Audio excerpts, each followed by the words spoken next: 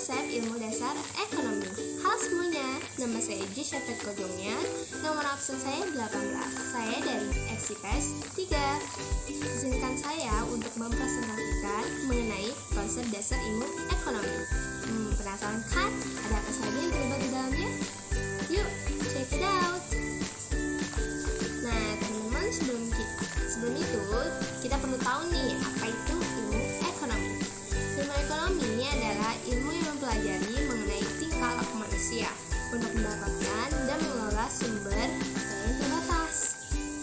Ilmu ini muncul karena manusia memiliki kebutuhan dan keinginan yang tidak terbatas, tetapi sumber daya yang tersedia untuk memenuhinya terbatas. Loh, kok bisa sih? Ya bisa dong. Akibat kebutuhan dan keinginan yang tidak terbatas serta alat pemuas terbatas, membuat kelangkaan pun terjadi. Nah, kebutuhan manusia tidak terbatas atau intensitas terdiri dari 1. Primer wajib ada seperti SPP, sandang, pangan, dan papan. Kedua, ada sekunder. Apabila kebutuhan primer telah terpenuhi, kita bisa banget nih memilikinya seperti TV. Yang ketiga, ada tersier, kebutuhan yang tidak wajib ada seperti barang fresh DC atau barang yang mengolah. Nah, untuk meminimalisir kelangkaan yang terjadi, kita perlu banget nih mengenal skala prioritas dari mulai membuat daftar kebutuhan dari yang terpenting sampai tidak agar lebih terorganisir. Seperti halnya mengenal alat pemuas terbatas yang terdiri dari 1. Barang, sifatnya real dan berbentuk. Kedua, ada jasa, sifatnya abstrak, tidak terlihat namun dapat dirasakan banyak orang.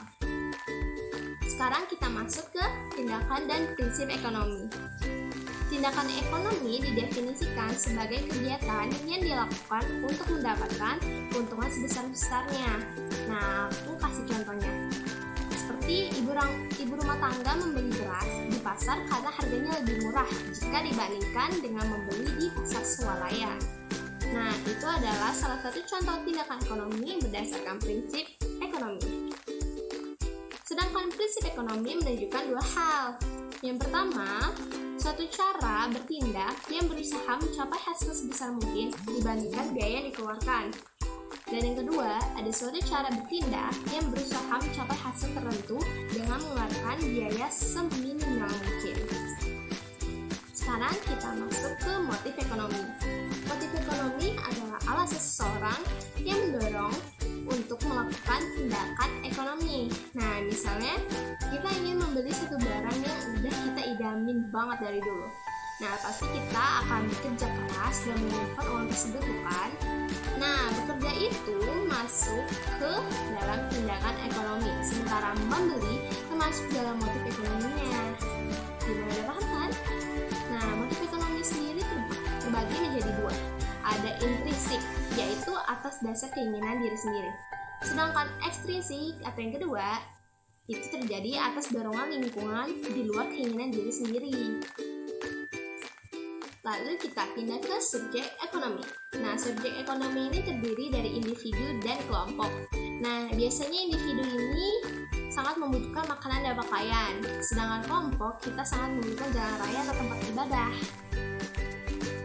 Lalu kita masuk ke sifat ilmu ekonomi. Nah, sifatnya ini terbagi menjadi dua. Ada sifat jasmani yang bersifat badanila, contohnya seperti makan dan minum.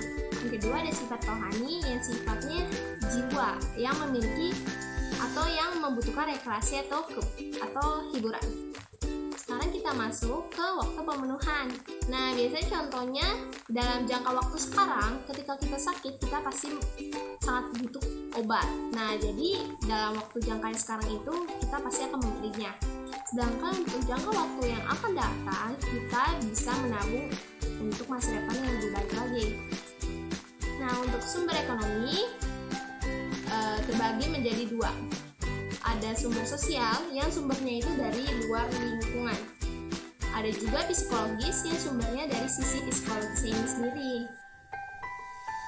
Lalu kita masuk ke konsep biaya peluang atau opportunity cost.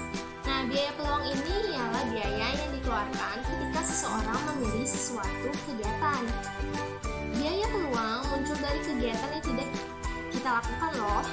Nih, imagine kita punya uang sebesar 35 juta. Dengan jumlah uang sebesar itu, kita punya kesempatan yang sangat besar untuk tur ke Paris atau ke negara yang lain, atau membeli sepeda motor. Apabila kita memilih untuk membeli motor, maka kita akan kehilangan kesempatan untuk tur ke Paris. Begitupun sebaliknya, apabila kita memilih untuk tur Paris, maka kita kehilangan kesempatan untuk membeli motor, kan? Nah, kesempatan yang hilang itu yang kita sebut biaya peluang. Nah, gimana teman-teman? Ya, sekian materi ilmu dasar ekonomi dari saya. Terima kasih.